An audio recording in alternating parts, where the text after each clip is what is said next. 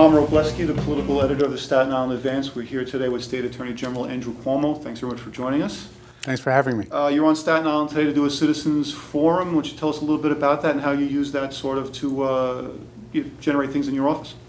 One of the best parts of my job is being able to get out and meet with people all across the state.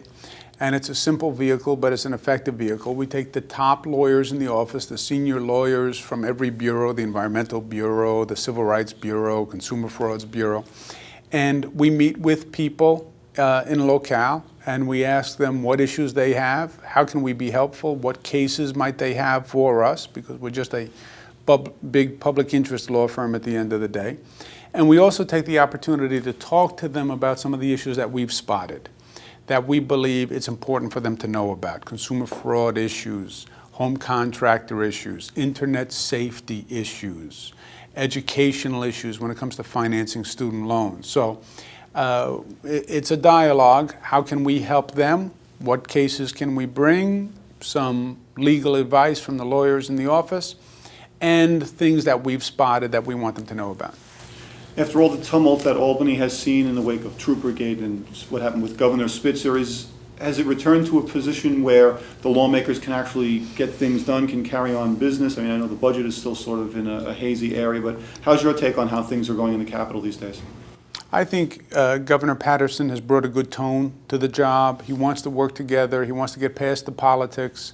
And that's welcome news for all, and it's needed for the state. We have a terrible economic situation, not just in New York, but all across the nation. And government has to function, and we're going to need to find ways to close this gap and close it quickly without hurting the people of the state. So I think to that extent, the governor's tone is right, the governor's operating style is right, and we do have a lot of work to do.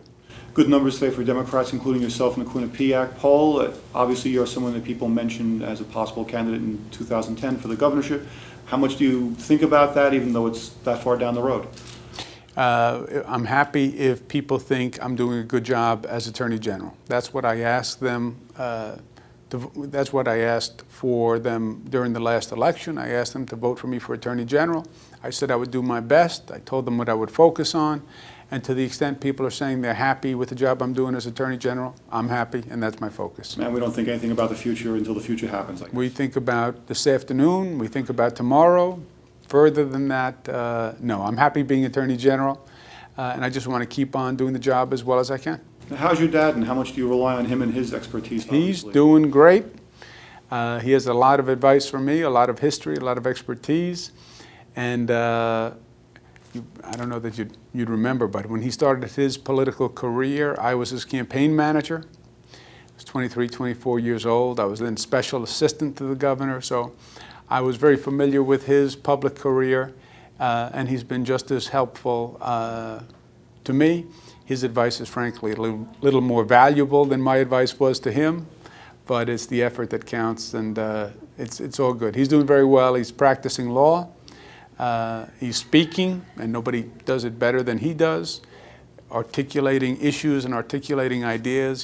He is a gift, and he works very hard at it. So he's doing great, and I'll tell him you said hello. And around the dinner table, does he call you Mr. AG, and do you call him Mr. Governor, or is it more formal? I can't tell you what he calls me around the dinner table. Thank you very much, Thanks. sir.